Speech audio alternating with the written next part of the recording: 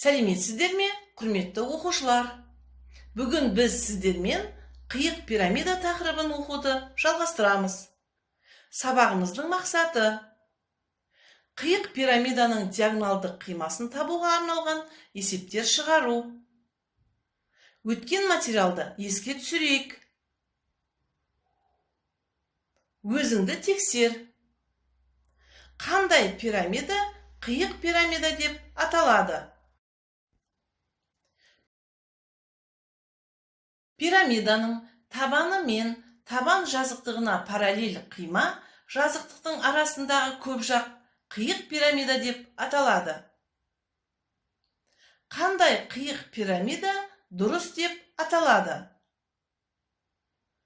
Дұрыс пирамиданың табаны мен табан жазықтығына параллель қима жазықтықтың арасындағы көпжақ дұрыс қиық пирамида деп аталады. Дұрыс қиық пирамиданың бүйір қабырғалары қандай қасиеттерге ие? Дұрыс қиық пирамиданың бүйір қабырғаларының ұзындығы бірдей және табан жазықтығына бірдей бұрышпен көлбеген. Қиық пирамиданың екі табаны қандай қасиеттерге ие? Табандары ұқсас көпбұрыштар. Дұрыс қиық пирамиданың бүйір жақтары қандай қасиеттерге ие? Дұрыс қиық пирамиданың бүйір жақтары өзара тең болып келетін тең бүйірлі трапециялар.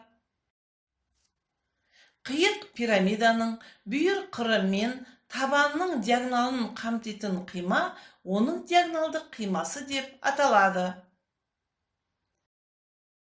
Эйлер теоремасына сәйкес, кез келген қиық пирамида үшін мына теңдік дұрыс. Төбелер саны қосу қырлар саны азайту қабырғалар саны тең 2-ге. Төрт бұрышты қиық пирамида үшін осыны тексеріп көрейік. Төбелер саны 8, қырлар саны 6, қабырғалар саны 12. 8 қосу 6 азайту 12 тең 2-ге. Диагоналдық қима ауданын табуға арналған есепті қарастырайық. Бірінші тапсырма. Дұрыс төрт бұрышты қиық пирамиданың биіктігі 4 сантиметрге тең. Табандарының қабырғалары 2 сантиметр және 8 сантиметр. Диагоналдық қиманың ауданын табыңдар. Берілгені H тең 4 сантиметр, A1 тең 2 сантиметр, A2 тең 8 сантиметр. Табу керек S қима ауданын. Шешуі. Табан диагоналдарын D1 және D2-ні табамыз. Жоғарғы табанның диагоналы D1 тең A1 көбейтілген түбір астында 2 тең 2 көбейтілген түбір астында 2. Төменгі табанның диагоналы D2 тең A2 көбейтілген түбір астында 2 тең 8 көбейтілген түбір астында 2. Диагоналдық қималар биіктігі H 4 сантиметрге тең және табандары қиық пирамида табандарының диагоналдары болатын тең бүйірлі трапециялар болып табылады. Диагоналдық қиманың ауданын есептейміз. S қима тең 2-ден 1 көбейтілген D1 D2-ның қосындысы көбейтілген H. Мәндерді формулаға қоямыз. S қима тең 2-ден 1 көбейтілген 2 көбейтілген түбір астында 2 мен 8 көбейтілген түбір астында 2-ның қосындысы көбейтілген 4 тең 20 көбейтілген түбір астында 2 шаршы сантиметр. Диагоналдық қиманың ауданы 20 көбейтілген түбір астында 2 шаршы сантиметрге тең. Жауабы 20 көбейтілген түбір астында 2 шаршы сантиметр. Бағалау критерийлері. Қиық пирамиданың диагоналдық қимасын табуға арналған есептер шығарады. Дескриптор. Табандарының диагоналдарын табады. Диагоналдық қиманың ауданын есептейді. Өткен материалды бекіту үшін Learning Apps бағдарламасында келесі интерактивті тапсырманы орындауды ұсынамын.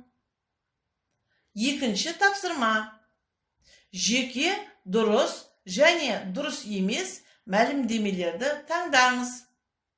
Сілтеме бойынша өтіп, тапсырманы орындаңыз. Немесе тапсырманың QR кодын сканерлеп алыңыз. Тапсырманы оңай орындадыңдар деп ойлаймын. Үй жұмысын орындауды ұсынамын. Үй жұмысы. Тапсырма. Егер биіктігі түбір астында 2 см, ал табандарының қабырғалары 1 см және 4 см болса, дұрыс қиық пирамиданың диагоналдық қимасының ауданын табыңдар. Бағалау критерийлері. Қиық пирамиданың диагоналдық қимасын табуға арналған есептерді шығарады.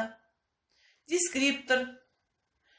Пифагор теоремасы бойынша табандарының диагоналдарын табады. Диагоналдық қиманың ауданын есептейді. Бүгінгі сабақта біз сіздермен қиық пирамиданың диагоналдық қимасын табуға арналған есептерді қарастырдық. Интерактивті тапсырма сұрақтарына жауап беру арқылы өткен материалды бекіттік. Назарларыңызға рахмет. Сау болыңыздар.